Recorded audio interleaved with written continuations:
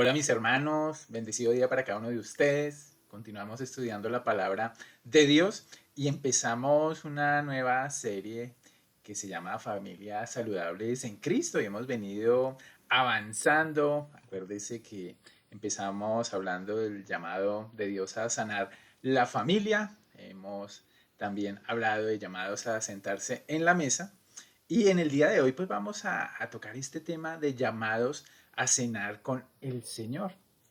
Y quiero que meditemos en una palabra y es la palabra intimidad, intimidad con Dios.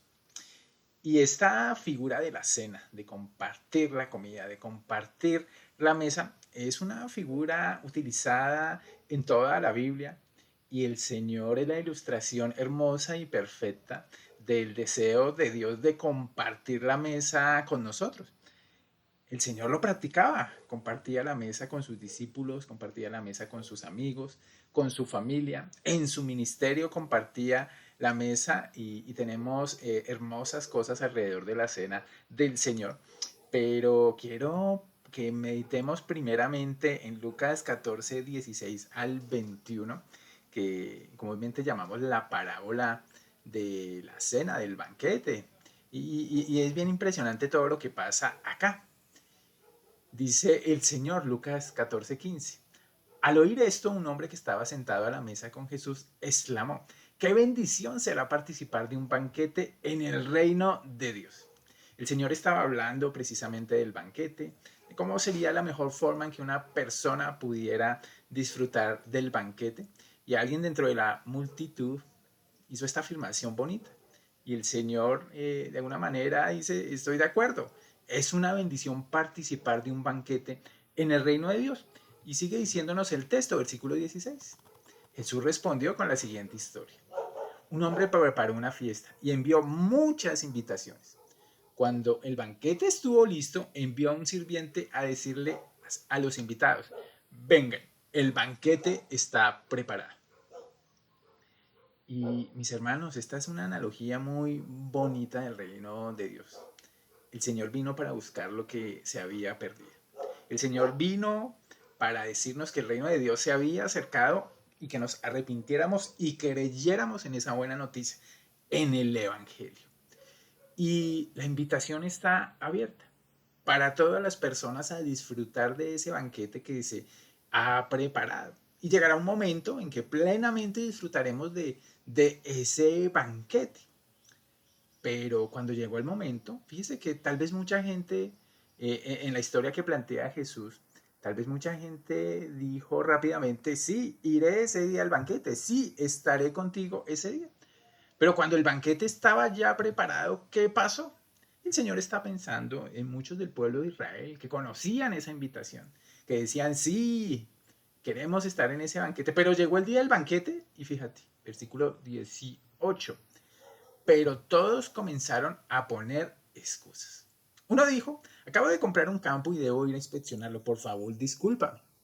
Otro dijo: acabo de comprar 5 yuntas de bueyes y quiero ir a probarlas, por favor, discúlpame. Y otro dijo: acabo de casarme, así que no puedo ir. Mis hermanos, vinieron las excusas. La realidad es que muchos estaban convencidos de que iban a ir al banquete. Muchos habían aceptado, tal vez de labios para afuera, la invitación.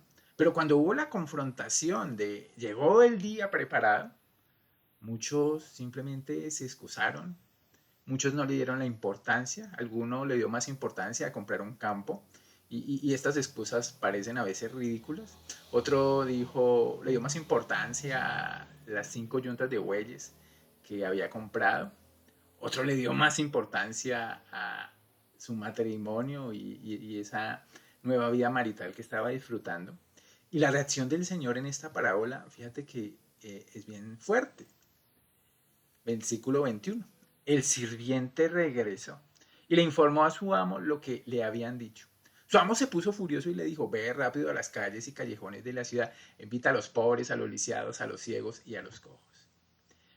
Mis hermanos, la intención de esta historia narrada por Jesús es mostrarnos que muchos en el pueblo de Israel habían sido llamados desde hace tiempo. Y la promesa del Señor en el Antiguo Testamento es que los gentiles también habían sido llamados y les había prometido a uno de los gentiles que cambiaría su corazón de piedra en un corazón de carne sensible. Y esa acción era la del Espíritu Santo en ese corazón sensible a la voz de Dios, a los mandamientos de Dios, a la voluntad de Dios. Y mis hermanos, cuando hablamos de cenar con el Señor y intimidad, el cimiento de toda esa intimidad, el cimiento de todo lo que tenemos finalmente es el Señor y la esperanza que tenemos en Él de estar listos para el banquete que se está preparando, para nuestro encuentro con Él. Y esa es la pregunta en la cual creo que hoy tenemos que meditar, en la cual tenemos que pensar. Eh, ¿Estamos seguros? ¿Estamos preparándonos? ¿Estamos deleitándonos? ¿Tenemos el deseo de estar en ese lugar? Porque esa, sin lugar a dudas, mis hermanos, será la base para la intimidad. Un nuevo nacimiento, una auténtica relación con Cristo. La fe no fingida, le dice Pablo a Timoteo, la fe genuina. Entonces pensemos, y tal vez le pudiéramos poner como título, intimidad en la esperanza verdadera. Pablo en la epístola a los Efesios, en su oración introductoria, su primera oración en Efesios, pide por la iglesia de Éfeso. Y fíjate qué es lo que pide.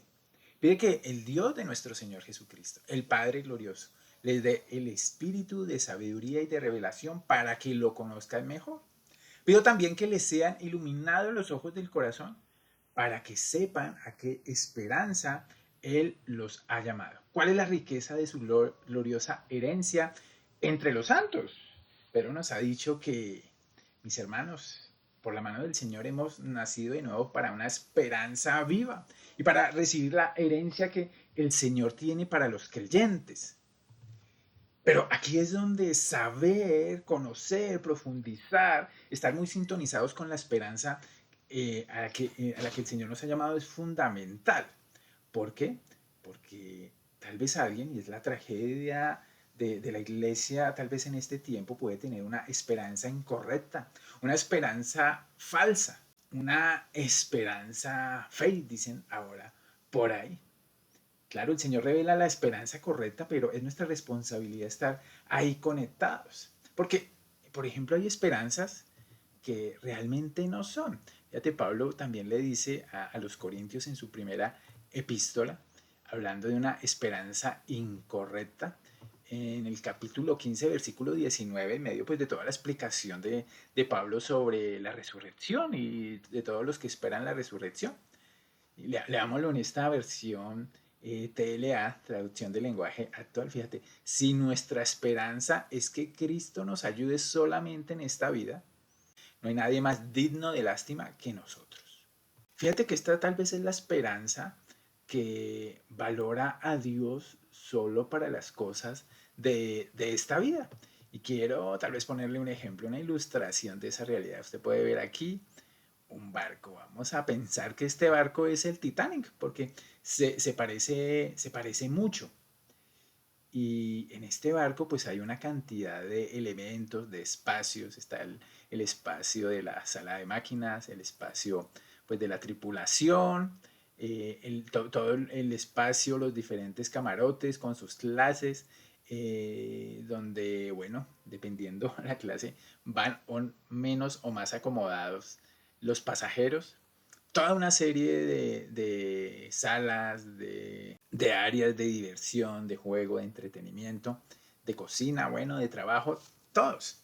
Y cada una de las personas que iban en este barco, pues ya tenía su espacio. Algunos iban trabajando, otros iban de vacaciones, otros iban de negocios. Pero quiero que piense como este barco, como nuestra vida en esta tierra, como todo lo que representa nuestra vida. Y cada uno de nosotros está en ese barco cumpliendo una función y en un espacio. Algunos están muy agradados con el espacio que les tocó, hay otros que tal vez no están tan agradados y están buscando tal vez estar mejor en este barco, tener un mejor camarote, tal vez tener un mejor trabajo allí en ese barco, tal vez una mejor atención, tal vez divertirse más en este barco, tal vez alguien está con la ilusión de conocer al amor de su vida en este barco, tal vez alguien quiere mejorar su salud, bueno, cantidad de cosas. Y tal vez esa persona eh, ha conocido del Evangelio, se ha acercado tal vez a Dios y tal vez hasta ahora dice, Señor, quiero estar en un mejor lugar, Señor, sáname en medio de este viaje, Señor, provéeme, Señor, protégeme, todas esas cosas. Pero la realidad, mis hermanos, es que todos sabemos al final lo que pasa con el Titanic. Este barco se está hundiendo y en un momento se desvanecerá poco a poco o tal vez de un momento a otro este barco desaparecerá en el fondo del mar. Y tal vez muchos estaban allí orando, apegados a Dios por las promesas de mejorar dentro de ese barco. Y le cuento una cosa, ese tipo de promesas están llenando las iglesias, pero lamentablemente no están llenando el cielo. Muchos consideran a Dios un genio de la lámpara que se frota con canciones, con actividades, con ciertos sacrificios. Y si yo le doy ciertas cosas, Él me devuelve con bendiciones de salud, de estabilidad, de seguridad, todas esas cosas. Y tal vez nos agarramos, nos aferramos a esas prácticas, a esas actividades, a esos rituales y abrazamos todas esas cosas que en sí mismas son buenas, a esas cosas como nuestra esperanza. Y es lo que podemos llamar religión, religiosidad, una serie de cosas bonitas, agradables, a veces que necesitan esfuerzo, inversión, sacrificio, pero son esas cosas las que, si solo nos aferramos a ellas, adivine qué pasa, también se van a hundir. Y fíjese a esta personita que mientras el agua va subiendo, se dio cuenta de que va subiendo, de que pronto ese barco se va a hundir. Pues dice, miren, si yo me agarro de esta baranda, voy a estar seguro. Si me agarro tal vez de la chimenea, voy a estar seguro. Y tal vez muchas personas afirmando estar agarrándose de Dios, están agarrándose más bien de las cosas que hacen para Dios, que piensan sobre Dios, sobre su propia religión. Y lamentablemente cuando nos agarramos de ahí, mis hermanos, pues la realidad es que estamos inseguros. Lo que tiene que ver con la salvación, con el Señor Jesucristo, tiene que ver con algo externo que nos ha sido extendido, como una cuerda, no sé, desde un helicóptero, desde tal vez un avión, desde alguna nave, se nos lanza una cuerda para que estemos seguros cuando ese barco se hunda. Y tal vez otra persona realmente se dio cuenta de que era mejor estar agarrado a esa cuerda. Parece a veces más peligroso, parece menos seguro agarrarse una cuerda en el aire, parece tal vez más firme agarrarse del barco que aparentemente se ve firme. Pero mis hermanos, la realidad es que este barco, con todo lo que hay, se va a hundir. Y se va a hundir, y si estamos agarrados a todas esas cosas, nos hundiremos con ese barco. Y es la actitud de alguien que piensa que está en Cristo, pero realmente está agarrado a las cosas que parecen del Señor. Y tal vez esa persona crea tener su garantía en que entiende el Evangelio, en que se emociona tal vez con el Evangelio, pero tal vez esa fe no es sincera. Tal vez otros le han dicho que él está seguro y él mismo se ha convencido de que está seguro, porque le emocionan las cosas de Dios, se siente agradable. Tal vez le dedique tiempo y esfuerzo a esas actividades espirituales, tal vez hasta hable de todas esas cosas, pero él está agarrado es a eso, no realmente a Cristo. Tal vez sirva en la iglesia, tenga un ministerio, pero no es realmente un lugar seguro. Y le digo todo esto porque, mi querido hermano, fíjate que ahí en el mismo Lucas hay un pasaje tremendo acerca de la salvación. Y hablo de nacer de nuevo, de la regeneración, de la salvación como ese ámbito donde estamos seguros, donde estamos agarrados del ancla firme para el alma que es Cristo. Fíjate que Jesús iba enseñando por ciudades y aldeas mientras seguía adelante camino a Jerusalén. Y alguien le preguntó, Señor, ¿Solo unos pocos se salvarán? Y fíjate lo que él contesta. Él ni siquiera se centra en la pregunta, sino dice, esfuércese por entrar por la puerta angosta del reino de Dios. Esfuércese. Y eso parece a veces contrario con todo lo que entendemos acerca de la salvación, que es por gracia, y claro que es por gracia, que es un regalo precioso de Dios, aún la fe como medio de alcanzar esa gracia del Señor a todos los pecadores, viene de Dios. Pero fíjate que el Señor utiliza esta palabra que quiere decir, oiga, esfuércese con la máxima dedicación, como si esto dependiera de su vida, con toda la intencionalidad. ¿Por qué? Porque la puerta al reino de Dios es exclusiva, es Cristo, no la religión, no las actividades, ni siquiera el autoengaño que puede pasar en la vida de una persona. Porque dice, fíjate lo que dice, muchos tratarán de entrar, pero fracasarán. ¿Por qué fracasarán? Porque trataron de entrar por otro lado que parecía seguro, les confortaba. Y el Señor en otro pasaje va a hablar de la puerta ancha, del camino ancho, que claro, muchos piensan que va exactamente al mismo cielo que la puerta estrecha, pero tal vez se lleven una sorpresa. Y fíjate lo que sigue diciendo el Señor. Versículo 25, cuando el señor de la casa haya cerrado la puerta, o sea, la puerta se cerrará en algún momento, será demasiado tarde. Ustedes quedarán afuera llamando y rogando, Señor, ábrenos la puerta. Y fíjate que estas personas reconocen al Señor como Señor. Y reconocen que, oiga, yo como que tengo derecho de estar en ese lugar, ábreme la puerta, ¿qué pasa? ¿Por qué la puerta se ha cerrado? Pero fíjate lo que contesta el Señor. No los conozco ni sé de dónde vienen. No sé quiénes son ustedes. Y el primer argumento es, Señor, pero nosotros te conocemos, ábrenos la puerta. Te decimos, Señor, tenemos derecho de estar en ese banquete, en esa cena contigo. ¿Qué está pasando? Y esos mismos también dirán. Entonces ustedes dirán, pero comimos y bebimos contigo y enseñaste en nuestras calles. El segundo argumento de ellos es, mira, nosotros cenábamos contigo, teníamos intimidad contigo y tú nos enseñabas en nuestras calles. Y él responderá, les digo que no sé quiénes son ni de dónde vienen. Aléjense de mí todos ustedes que hacen maldad. Y es otra expresión en la escritura para hablar del infierno, estar alejado del Señor. ¿Por qué? Porque hicieron maldad, porque cometieron pecado. Bueno, todos hemos pecado. Pero estas personas hicieron maldad y esa maldad no fue perdonada porque intentaron entrar al reino de Dios por otro camino, que parecía tal vez más fácil o que parecía más adornado, más agradable. Entonces, el llamado del Señor aquí es a estar muy atentos si hemos entrado por la puerta angosta del reino de Dios y si se ha manifestado la presencia real del Espíritu como fuente y causa. Si ahora tengo un nuevo deseo, un nuevo gusto, una nueva inclinación por lo espiritual, un hambre, un apetito. Porque recuerda a Nicodemo en Juan 3, el Señor le dijo, te es necesario nacer de nuevo. Hay un nuevo amor,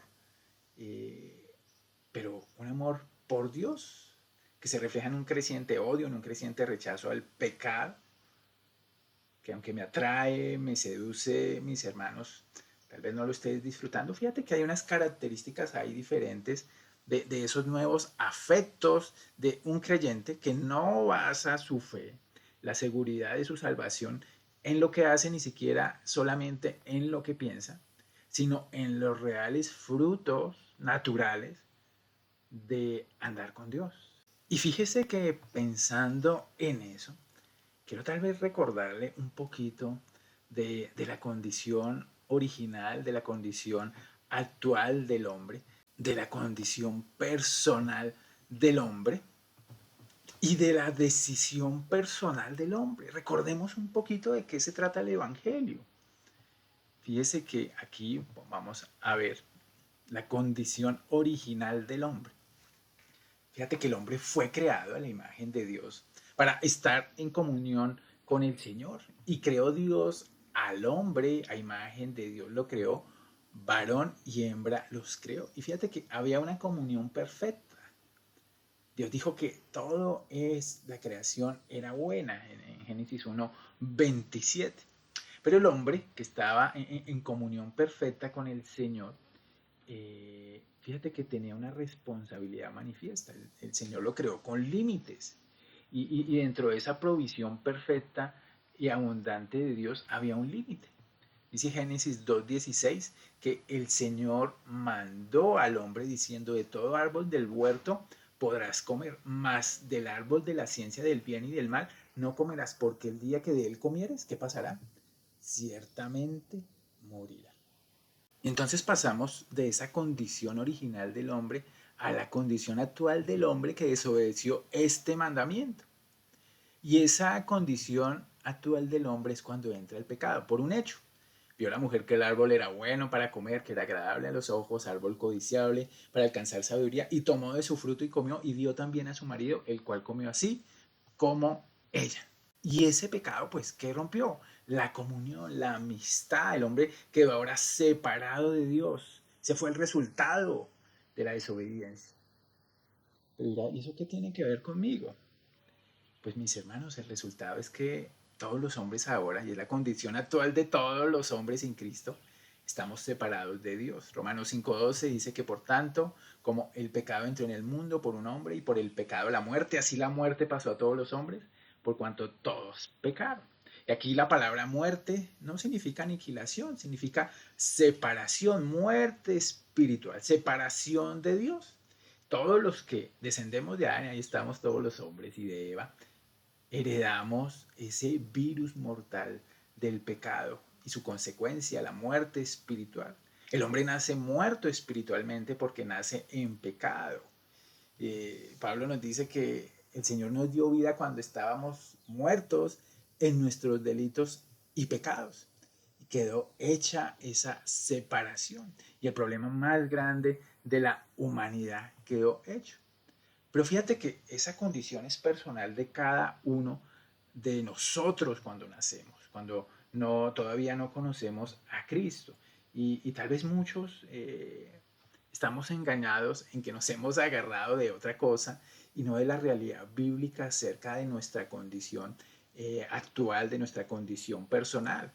¿Cómo estamos nosotros? Pues estamos separados, así como este hombre está separado de Dios. Y ahora personalmente sabemos que todos hemos pecado, eso dice la Biblia. Por cuanto todos pecaron, estamos destituidos, separados, lejos de Dios. Es muy importante que cada uno entienda que ha pecado y que por eso ha ofendido grande y personalmente a su Creador.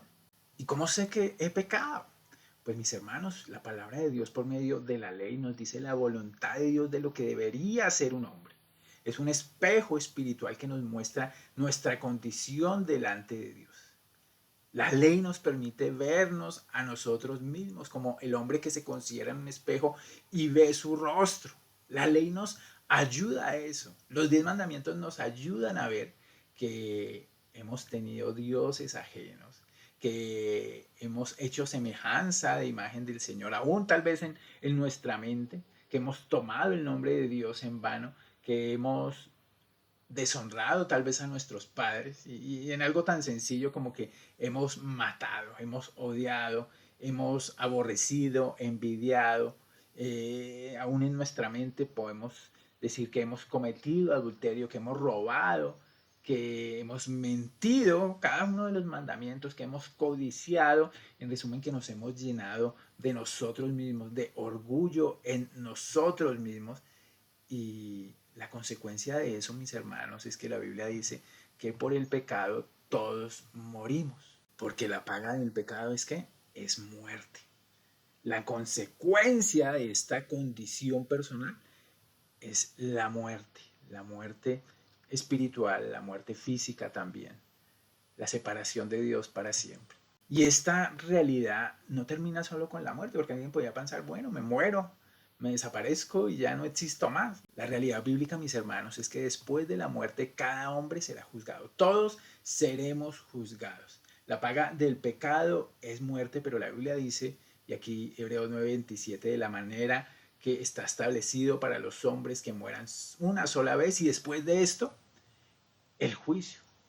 Mis hermanos, el que ha hecho infracción de la ley, sobre él vendrá el juicio. Si usted depende de eso, y es agarrarse de una seguridad falsa en la religiosidad. Todos los que dependen de las obras de la ley están bajo maldición, dice el libro de Gálatas. Todo el que depende de otra cosa que no sea la puerta estrecha está bajo maldición y será juzgado. Y la consecuencia es que si estás en Cristo sin la puerta estrecha, ¿qué le espera a esa persona? Dice la Biblia, una expectación horrenda de muerte. Apocalipsis 20:15 dice que el que no se halló escrito en el libro de la vida fue lanzado al lago de fuego para siempre. Y fíjate que entonces esa separación se ha hecho evidente en nosotros. Y hay personas que tal vez no entienden la realidad de esa separación. Aún tal vez la entienden en su mente, pero en su corazón eso no ha aterrizado. Por eso todo hombre necesita una decisión personal, la decisión personal. Y ahí empiezan las buenas nuevas del Evangelio. Nosotros hemos violado la ley, mis hermanos, pero Jesucristo en la cruz pagó la multa. Jesucristo en la cruz pagó el precio. Dice la Escritura que también Cristo padeció una sola vez por los pecados, el justo por los injustos. ¿Para qué? Para que usted pueda ir a Dios, para que usted ahora tenga vida y pueda levantarse y pasar a través de la puerta estrecha Jesucristo. Mi querido hermano, ¿qué se necesita? Si usted o cualquier otro ser humano quiere ser salvo, tiene que hacer dos cosas. La primera es que tiene que arrepentirse. Fíjate, en Hechos 17, 30 y 31, Pablo le dice a las personas en Atenas, a los atenienses, que Dios, habiendo pasado por alto los tiempos de esta ignorancia, ahora manda a todos los hombres en todo lugar que se arrepientan, por cuanto ha establecido un día en el cual juzgará al mundo con justicia por aquel varón a quien designó, dando fe a todos con haberlo levantado de los muertos, el Señor Jesucristo. Eso es huir de la ira venidera. Eso es huir de este estado de separación con Dios. Y ese arrepentimiento tiene que ver con un cambio de corazón, de estar ahora de acuerdo con Dios, confesar que es un pecador delante de Dios, que usted ha ofendido a Dios con eso, y tener un deseo por apartarse de ese pecado. Hermano, todo empieza por un cambio en nuestro propio corazón, porque la verdad bíblica es que Dios resiste al soberbio, al que quiere continuar en su pecado, y da gracia para la salvación al humilde. Dios resiste a los soberbios, pero da gracia a los humildes. Y la Biblia utiliza esa expresión arrepentirse de la mano de otra. Lo segundo que tiene que ir es huir a Cristo, tiene que poner su fe, su confianza total en el Señor Jesucristo. Y eso tiene que ver, fíjate, con pasar a través de la puerta, creer en el Señor Jesucristo. Romanos 3, 20 y 21 dice, pero ahora aparte de la ley se ha manifestado la justicia de Dios en medio de nuestra injusticia, testificada por la ley y por los profetas, la justicia de Dios por medio de la fe en Jesucristo para todos los que creen en Él. Y fíjese que exactamente como usted confiaría en un paracaídas si tuviera que lanzarse por la puerta de un avión, así tiene que confiar en Cristo. Porque un día de estos usted va a tener que pasar por la puerta de la muerte, y si no tiene ese paracaídas, ¿qué va a pasar? Algún día usted le dirán, bueno, llegó el momento de la cena. Y si usted no conoce a ese Señor, ¿qué le dirá? No te conozco, no sé de dónde vienes. Y fíjate que aquí está el punto crucial de la fe y del arrepentimiento en contraposición a las obras. Por gracia somos salvos por medio de la fe, y esto no de nosotros, pues es don de Dios, no por obras, para que nadie se gloríe. El Señor dice que si confesares con tu boca que Jesús es el Señor, lo que estás diciendo ahí es que todo lo que la Biblia dice sobre Él y sobre ti, tú estás de acuerdo con eso. Y creyeres en tu corazón que Dios lo levantó de los muertos, serás salvo. Habrás hecho amistad ahora con Dios, porque con el corazón se cree para justicia, pero con la boca se confiesa para salvación. Y mis hermanos, una vez que nos arrepentimos, una vez que confesamos nuestros pecados y nos apartamos de ellos, una vez que creemos en Jesucristo, la Biblia dice que tenemos el perdón de pecados y la vida eterna. Juan 5:24, la seguridad eterna, dice, de cierto os digo, el que oye mi palabra y cree al que me envió, tiene ahora en el presente vida eterna. Y no vendrá condenación. ¿Cuándo? En el futuro. Mas ha pasado, fíjate, en el pasado de muerte a vida. El cristiano, mis hermanos, ya puede disfrutar de la vida eterna y puede tener intimidad con Dios. Y nunca más vendrá a la condenación del infierno. Esa es la más excelente noticia. Y tenemos ahora la oportunidad de, como en el principio, tener comunión con nuestro Creador, de haber nacido de nuevo. A todos los que le recibieron, a los que creen en su nombre, Dios da la potestad de ser hechos que hijos de Dios. Y de modo que si alguno está en Cristo, es que una nueva criatura, las cosas viejas pasaron. He aquí, todas son hechas nuevas. Y mi hermano, le comparto esto, tal vez usted lo había escuchado, tal vez usted tenía idea de todo esto, pero mis hermanos, es indispensable esforzarse, como leíamos, por pasar por la puerta estrecha. Porque si usted no está agarrado de la cuerda de ese helicóptero, de la cuerda que viene de afuera, se puede engañar muy fácilmente y estar agarrado de otras cosas, de una vida religiosa, de una tradición, de tantas y tantas cosas y que, por ejemplo, no le permiten tener intimidad con Dios. Y tal vez usted lucha y lucha, querido amigo, con tratar de tener intimidad con Dios y hace una cantidad de cosas, pero no hay vida en usted, no hay deseo en usted.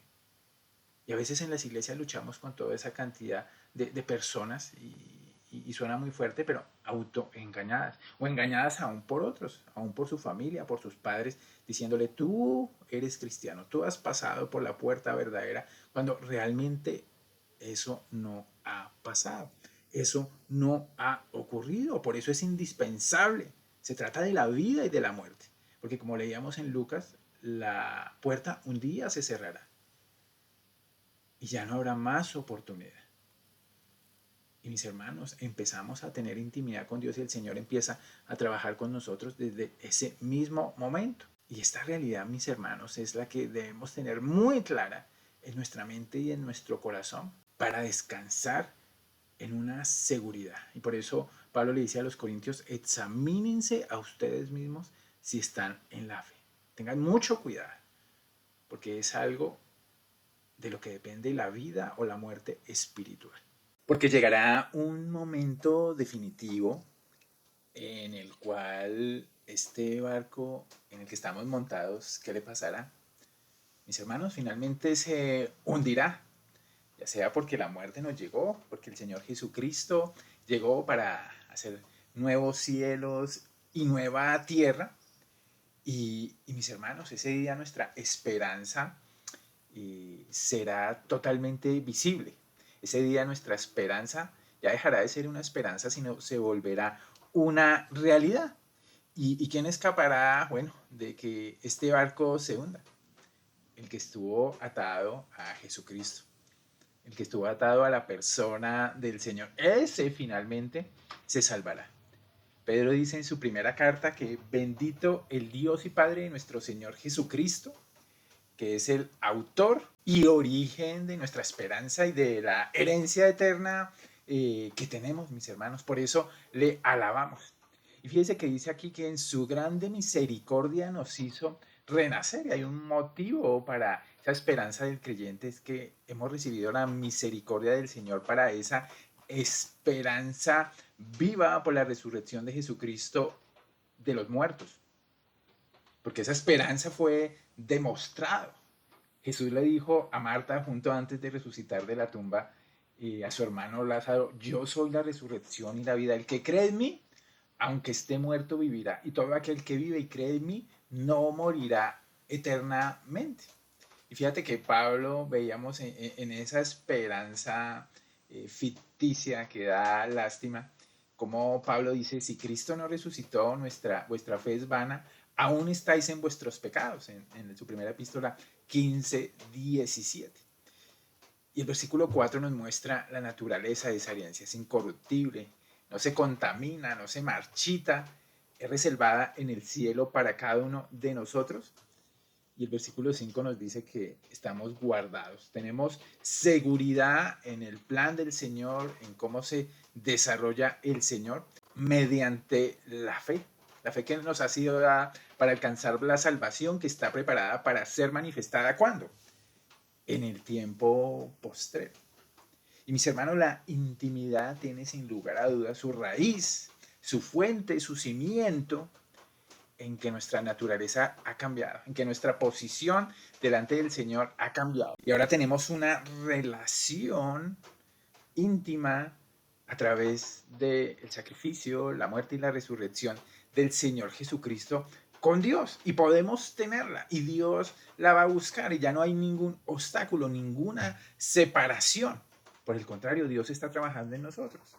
Pero mis hermanos, cuando esto no ha sucedido en la vida, cuando este encuentro con el Señor no ha sido realizado, la estrategia del enemigo muchas veces es engañar, mentir, matar y destruir. Y muchas personas en el día de hoy también han sido engañadas por su propio corazón, porque tienen su esperanza en otra cosa, aún para la vida venidera, en una cosa que finalmente se va a destruir. Por eso tenemos que estar muy atentos, examinar muy detenidamente, explorar muy detenidamente y seguir pidiendo luz en el Señor, para que podamos decir junto con el apóstol Pablo, estamos seguros que ni la muerte, ni la vida, ni ángeles, ni potestades nos podrán separar del amor de Dios, que ha habido realmente una transformación. La Biblia lo llama un nuevo nacimiento, cuyo deseo Dios es que todos experimentemos y seamos sinceros con nosotros mismos. Mis hermanos y mis amigos, era lo que les quería compartir en este día, la intimidad en la esperanza verdadera que tenemos ahora en el Señor Jesucristo. Un fuerte abrazo para todos, el Señor los continúe bendiciendo. Chao.